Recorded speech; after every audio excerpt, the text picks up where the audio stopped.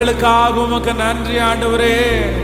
இந்த மாதத்தில் உம்முடைய கிருபையுடன் எங்களுக்காக இறங்க போகிறதற்காக நன்றி ஆண்டவரே. இந்த மாதத்தில் உம்முடைய தயவுள்ள கரத்தை நாங்கள் பார்க்க போகிறதற்காக நன்றி ஆண்டவரே. இந்த மாதத்திலே நீர் எங்களுக்காக யுத்தம் பண்ணுகிறதை நாங்கள் பார்க்க போகிறதற்காக நன்றி. கையளவு மேகத்தை நீர் காண்பித்து ஒரு பெரிய பெருமழையின் இரைச்சலை நீர் கொண்டு வந்து இந்த மாதம் ஒரு புதுமையை, இத்தனை நாட்களும் பட்ட பாடுகளுக்கு, இத்தனை நாட்களும் சுமந்த அவமானங்களுக்கு இந்த மாதம் ஒரு மிகப்பெரிய பலனை எங்களுடைய கண்கள் காண போகிறதற்காய் நன்றி அப்பா, நன்றி.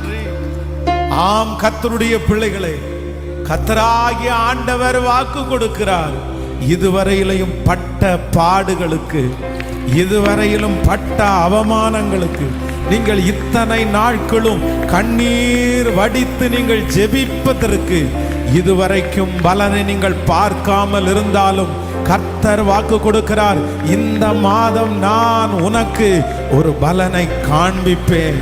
நீ நெடு நாட்களாய் காத்திருக்கிற அந்த காரியத்திலே ஒரு முளையை கர்த்தராகிய ஆண்டவர் முளைக்க பண்ணுவேன் என்று கர்த்தர் வாக்கு கொடுக்கிறார்.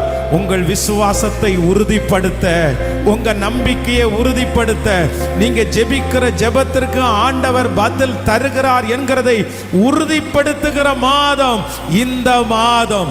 இந்த மாதம் உங்களுடைய விசுவாசத்தை பெருக பண்ண அநேக நாட்களாக நீங்கள் பிரயாசப்படுகிற அந்த காரியத்திலே ஒரு பலனை கர்த்தர் காண பண்ணுவேன் என்று கர்த்தர் வாக்கு கொடுக்கிறார். ஹல்லேலூயா.